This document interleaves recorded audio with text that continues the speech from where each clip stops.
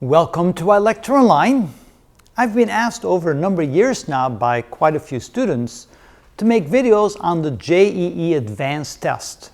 So the question is, what is the JEE Advanced Test, and why would I even want to do questions or do prep questions on this particular test? Well, I think anybody in the world that wants to be good at physics, math, or chemistry, or any other topic for that matter that is covered under the JEE tests, well, anyone that wants to be good at those can benefit from learning how to take this test and by studying how to take the test questions.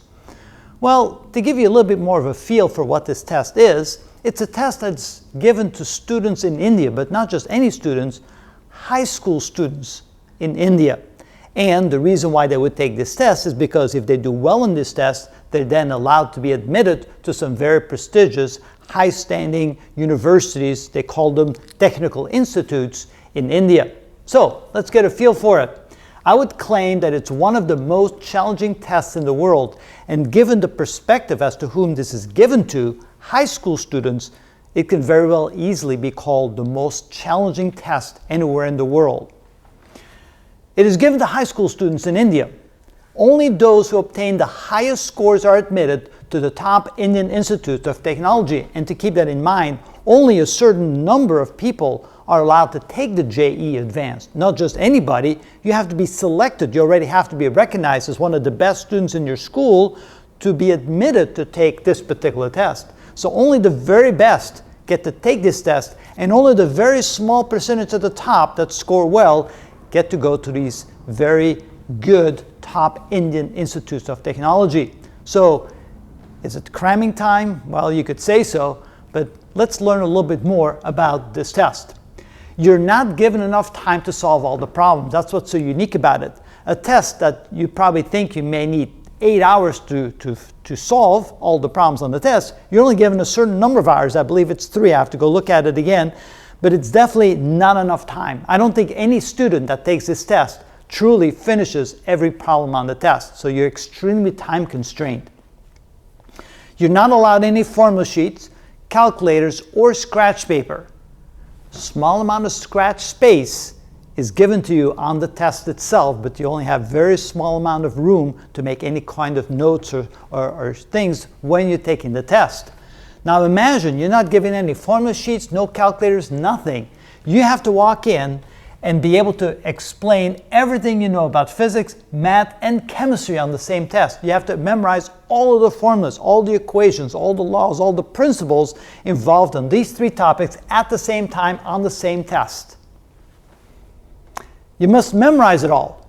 All the principles, laws, and problem-solving techniques you might need for this must be memorized. All topics in each are mixed. In other words, all the physics questions are mixed. You get mechanics one moment, you get modern physics the next moment, electricity and magnetism, then you get thermodynamics, then you get fluid dynamics, and it's all mixed together from one problem to the next. You never know what the next problem will be or what the topic will be. It could be anything. And it's the same in mathematics, it's the same in chemistry. You have to be really on your toes for this one. And for each problem, you only have seconds, literally seconds, because you only have a few minutes for each problem, so you only have seconds to recognize the principle in the problem, remember the equations you're going to need to solve it, and then devise a method for solving that problem, because each problem is unique and you have to come up with some very clever ways to figure out how to solve the problem.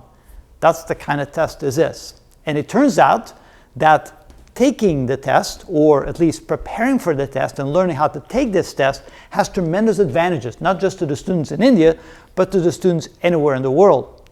I'm actually going to use some of these techniques to my own students that I have here. And you can learn a lot from taking these kind of tests and for preparing for these kind of tests. So yes, we're going to show you all kinds of examples on every topic in physics. We'll probably also do some in math and chemistry, but we're going to start concentrating on physics. I mean, we only have so much time. We'll do our best, but we're going to start with physics.